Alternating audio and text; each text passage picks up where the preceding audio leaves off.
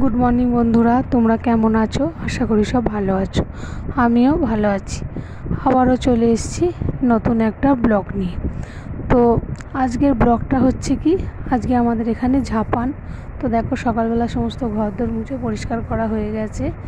তো ছাদেতে জামা কাপড়গুলো মেলেছি। তো চলো তোমরা দেখবে, চলো।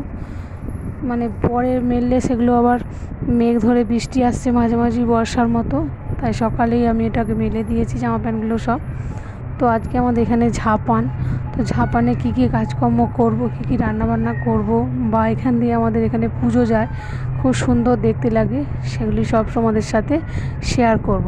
তো বন্ধুরা, পুরো ভিডিওটা স্কিপ না করে তোমরা দেখবে, তোমাদের আশা করি ভালো লাগে। তোমরা হয়তো প্রশ্ন করতেই পারো যে বারবার কেন আমি আকাশের ছবি দিই। তো আমার এই আকাশের এই সুন্দর ছবি, মনোরম দৃশ্য ভীষণই ভালো লাগে। আমার যেন মনে হয় কি সুন্দর ভেসে চলেছে, পাহাড়ের মতো অবস্থা। তো তোমরা পুরো ভিডিওটা দেখতে থাকো, তোমাদের আশা করি ভালো লাগবে। তো বন্ধুরা দেখো, রান্নাঘরে চলে এসেছি। এসে এই যে ঘুগনি বানানো হয়ে গেছে। তো আজকে সকালের টিফিন হচ্ছে ঘুগনি আর মুড়ি। তো বন্ধুরা দেখো, এদিকে ফ্রাইড রাইসের চাল ভেজানো আছে। এই যে এটা হচ্ছে বাসমতি রাইস।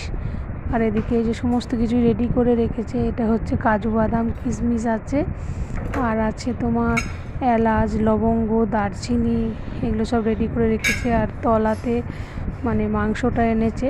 এই যে মাংস আমি কখনো ম্যারিনেট করে রাখি না, এমনিই করে রান্না করি। তো বন্ধুরা দেখো, কড়াই চাপিয়ে পেঁয়াজটা আমি ভাজতে শুরু করে দিয়েছি, লাল লাল করে পেঁয়াজটা ভাজবো। তো তোমাদের এরপরে সবটাই দেখাবো কীভাবে কী করছি। তো চলো বন্ধুরা, তোমরা দেখতে থাকো, আশা করি তোমাদের খুবই ভালো লাগবে। তুই মাংস খাবি? হ্যাঁ, তুই মাংস খাবি? খেতে ভালো লাগে তোর? হ্যাঁ,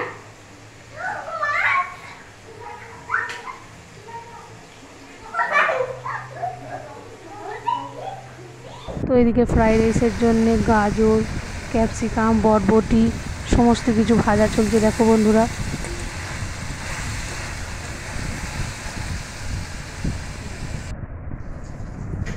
তো বন্ধুরা দেখো, এদিকে আমি কাজু বাদাম কিশমিশটা একটু তেজপাতা দিয়ে ভালো করে ভেজে নিচ্ছি।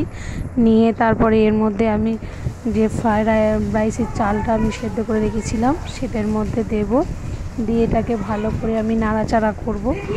নাড়াচাড়া করে একটুখানি নুন দেওয়া আছে ভাতটা সেদ্ধ করার সময়, আর একটু এতে আমি নুন অ্যাড করব, আর একটু চিনি দেব।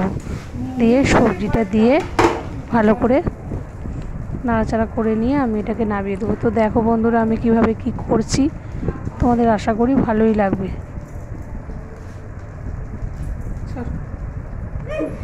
তো এদিকে চিলি চিকেন হবে, যার জন্য এই যে চিলি চিকেনের মাংসকে ম্যারিনেট করা আছে, এটা ভাজা চলছে। এই যে দেখো কড়াইয়ে ভাজা হচ্ছে, আর এদিকে এই যে মাংসটা কষা চলছে। মানে এখনও আলু দেওয়া হয়নি, এরপর আলু দেবো এতে।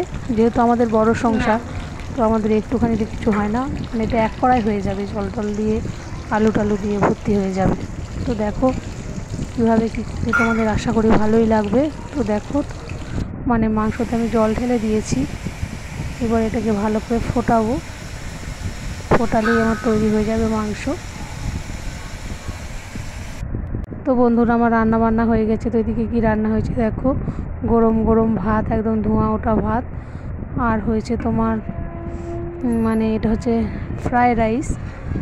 দেখো দেখতে বেশ সুন্দরই লাগছে। আমার ঘরে একটু আলোটা কম খেলে, যার জন্য তোমাদের ভালো করে দেখাতে পাচ্ছি না। আর হয়েছে তোমার তো ফ্রাইড রাইস হয়ে গেল, এবার হয়েছে তোমার চিলি চিকেন। তো চিলি চিকেনটা দেখাই চলো। যেহেতু ভিডিওটা আমাকেই করতে হচ্ছে, তাই এক হাতে ফোন ধরে করছি। দেখো এই যে চিলি চিকেন, এটা আমি বানাইনি, এটা আমার যা বানিয়েছে। ও চিলি চিকেনটা বেশ ভালোই করতে পারে। চিলি চিকেন করেছে। যে তোমাদের বললাম একটুখানিতে আমাদের কিছু হয় না, অনেকটা লাগে। আর এদিকে হচ্ছে মানে চিকেনের ঝোল, আমরা চিকেনের ঝোল খেতে সবাই ভালোবাসে, ওই জন্য চিকেনের ঝোল বানিয়েছি। মানে কম বিস্তর লোকেদের দেওয়া হয়ে গেছে। তোমার রান্না বান্না সব রেডি।